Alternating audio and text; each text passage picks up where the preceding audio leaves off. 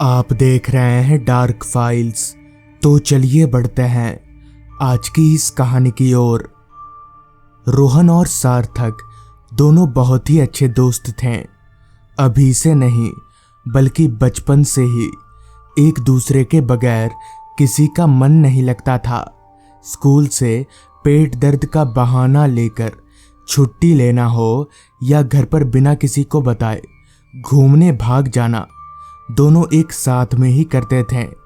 आज भी वो दोनों अपने किसी दोस्त की शादी में गए हुए थे और फिलहाल वहीं से वापस लौट रहे थे।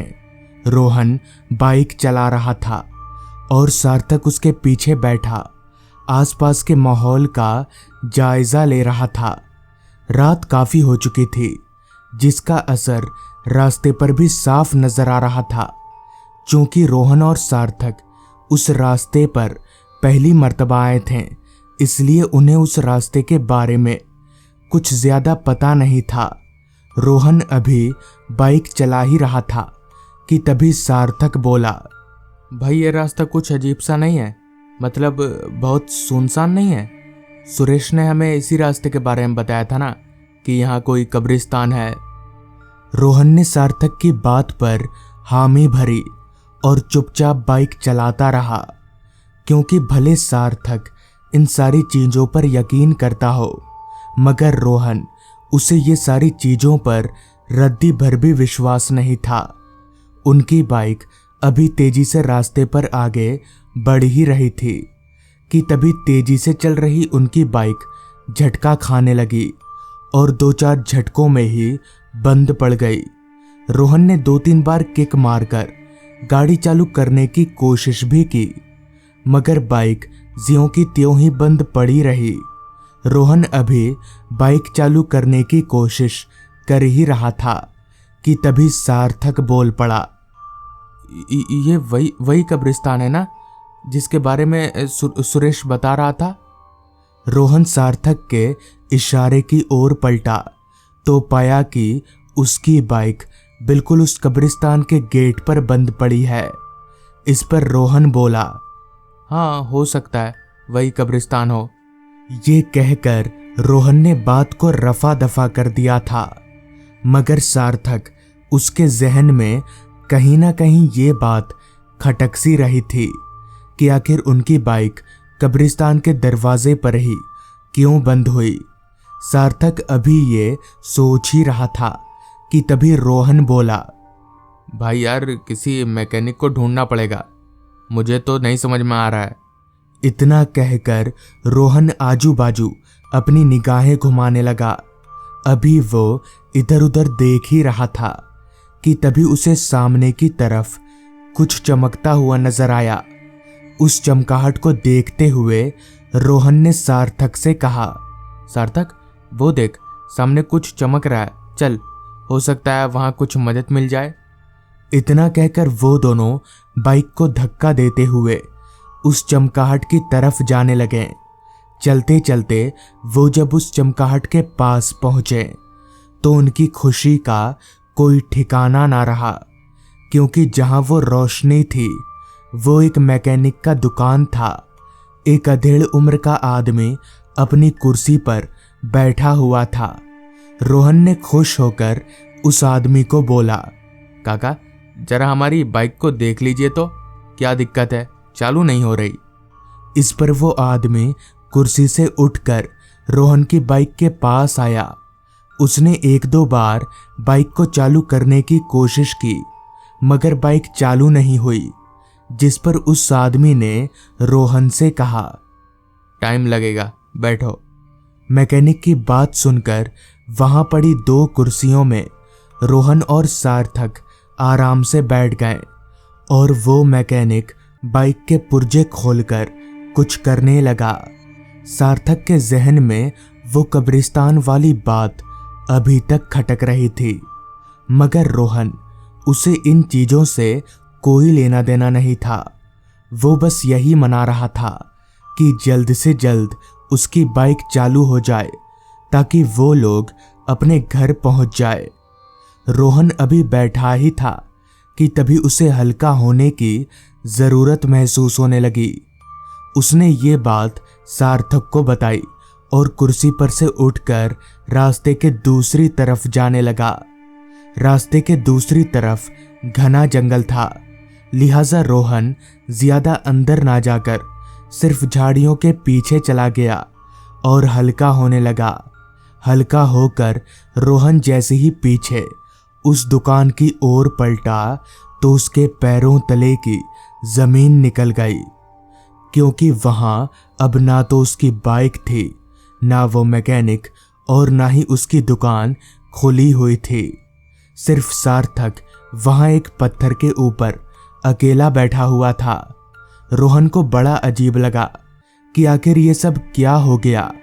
वो दौड़कर सार्थक के पास गया और बोला, वो मैकेनिक और मेरी बाइक कहाँ गई? तू यहाँ ऐसे क्यों बैठा है?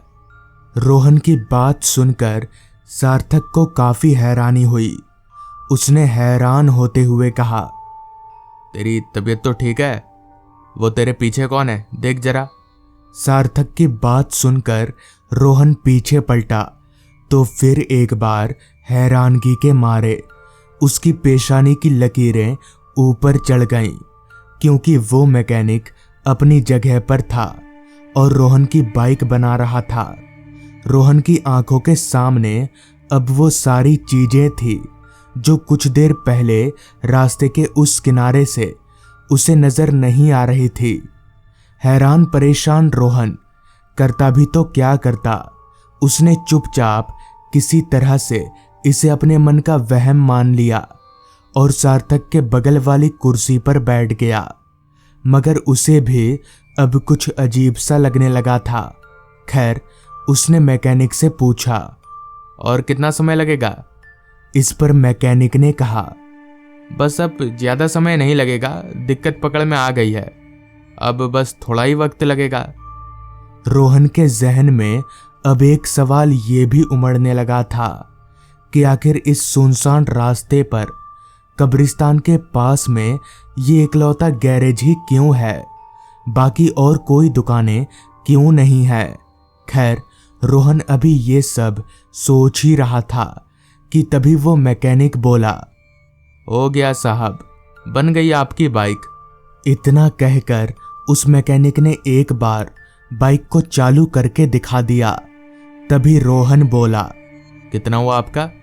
तो इस पर उस मैकेनिक ने कहा, मैं गाड़ी बनाने के बदले पैसे नहीं लेता। उस आदमी की ये बात रोहन और सार्थक दोनों को ही बड़ी अजीब लगी कि आखिर ये कैसा मैकेनिक है जो गाड़ी बनाने के बाद पैसे नहीं लेता। जिस पर सार्थक ने उस मैकेनिक से कहा, तो पैसों के बदले क्या लेते हैं आप? सार्थक की बात सुनकर उस मैकेनिक के चेहरे पर एक अजीब सी मुस्कान आ गई और फिर उसने कहा, मुझे तुम लोगों की जान चाहिए। मैं गाड़ी बनाने के बाद लोगों से उनकी जान ले लेता हूं। उस मैकेनिक ने अभी इतना कहा ही था कि तभी उसका चेहरा बहुत ही अजीब तरीके से बदलने लगा। उसके आंखों की पुतलियां सफेद हो गईं और चेहरा पूरी तरह से कुचला हुआ नजर आने लगा। ये देखकर अब तक रोहन और सार्थक की सिट्टी बिट्टी गुल हो चुकी थी। उन्हें समझ नहीं आ रहा था कि अब ये क्या बला है।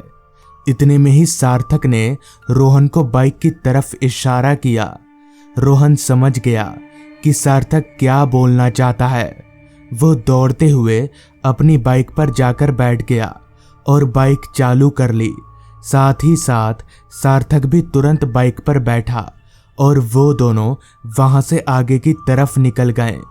दोनों बहुत ज्यादा डरे हुए थे। रोहन बाइक तो चला रहा था मगर उसके हाथ हैंडल पर कांपे जा रहे थे।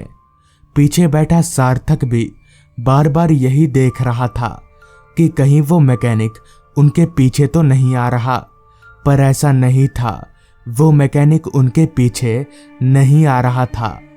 उन दोनों की बाइक अभी तेजी से उस रास्ते पर आगे बढ़ ही रही थी कि तभी बाइक चला रहे रोहन ने जो देखा वो देखकर उसके होश उड़ गए।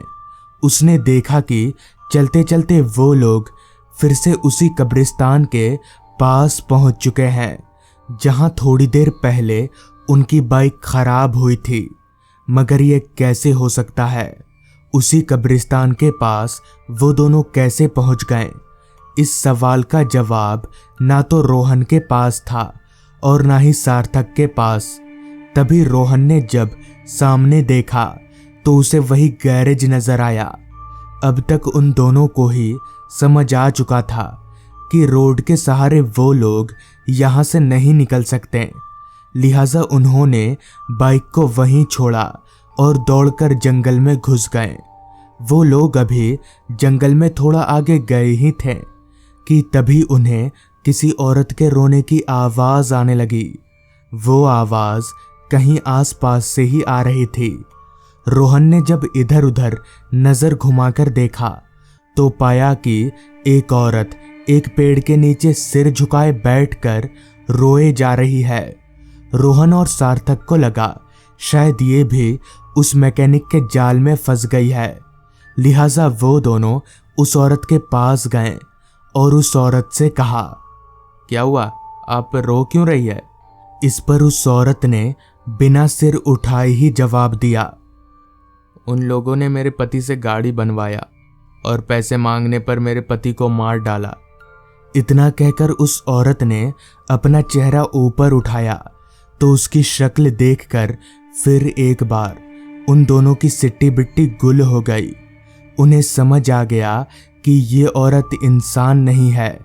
जिसके बाद वो दोनों भागकर फिर से अपनी बाइक के पास आए, मगर इस बार वो लोग आगे ना जाकर पीछे की तरफ गए और सही सलामत उस रास्ते से बाहर भी निकल गए। बाद में उन्हें पता चला कि दरअसल एक बार कुछ शराब के नशों में धुत लड़कों ने उस मैकेनिक से अपनी कार बनवाई और जब कार बन जाने के बाद उस मैकेनिक ने उनसे पैसे मांगे तो उन लड़कों ने उसे पीटकर मार डाला। जब ये खबर उस मैकेनिक के पत्नी तक पहुंची तो वो इसे बर्दाश्त नहीं कर सकी और उसने उसी जंगल के एक पेड़ पर फांसी लगाकर खुदकुशी कर ली। तब से उन्हीं दोनों की आत्माएं उस रास्ते पर भटकती रहती हैं। तो दोस्तों, ये थी आज की कहानी। अगर आपको ये कहानी पसंद आई हो तो चैनल को ज़रूर सब्सक्राइब कर लें। तो मैं आपका दोस्त आर्यन जल्द ही मिलूंगा आपसे ऐसी ही एक कहानी के साथ।